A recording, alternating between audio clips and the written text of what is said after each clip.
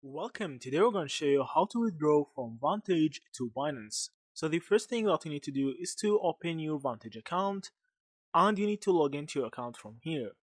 After that, you need to click on withdrawal option, and after that from here you need to select the account that you want to withdraw from, and then you need to write the amount of money that you want to withdraw. So if you want to withdraw $30, you can just write $30.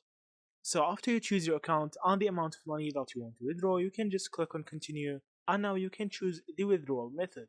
You can either copy your wallet address that you want to withdraw to, or you can just add your Binance Pay account to withdraw to.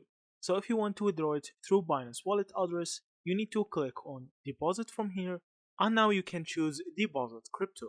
So from here you can choose the network that you are withdrawing to, choose the same network that you are going to withdraw from Vantage.